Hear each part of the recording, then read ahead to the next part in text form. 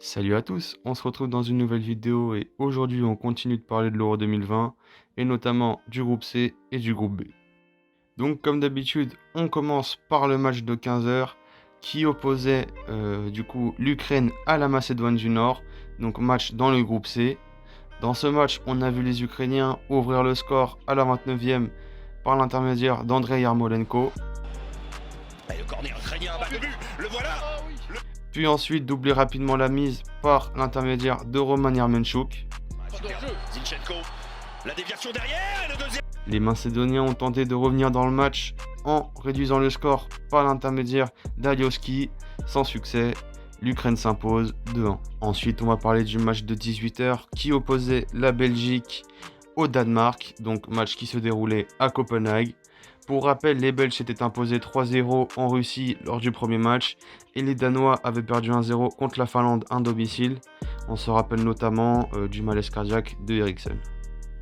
Ce match qui paraissait très intéressant sur le papier puisqu'on s'attendait à voir la réaction des Danois suite à leur premier match et donc continuer à voir la Belgique qui nous avait impressionné lors du premier match. Contrairement à ce qu'on pouvait espérer, c'est les Danois qui prennent le contrôle du match et qui arrivent à ouvrir le score. Le Danemark qui fait une première période exceptionnelle et qui met à mal la Belgique, grand favori du tournoi. Cependant, au retour des vestiaires, la tendance s'inverse et c'est les Belges qui parviennent à égaliser par l'intermédiaire de Thorgan Hazard sur un mouvement sublime des attaquants belges.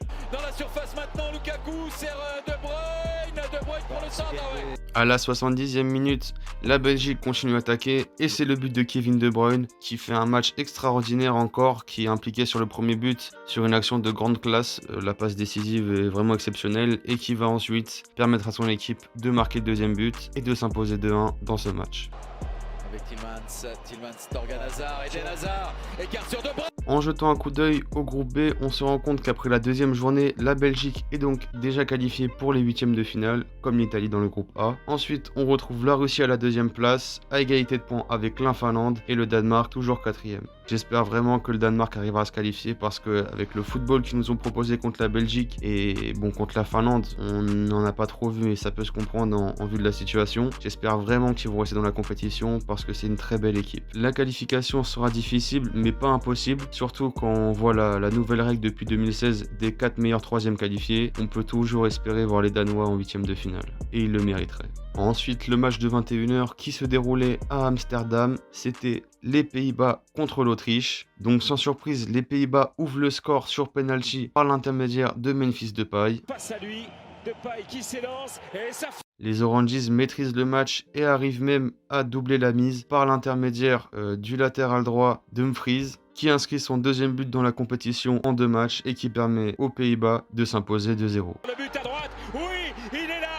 Après cette deuxième journée dans ce groupe C, on retrouve donc les Pays-Bas qui se qualifient avec 6 points, l'Ukraine et l'Autriche à égalité de points et la Macédoine du Nord toujours dernière avec 0 points. Voilà, c'est tout pour aujourd'hui, j'espère que je vous ai aidé à suivre l'Euro. N'hésitez pas à liker, partager et vous abonner et je vous dis à demain.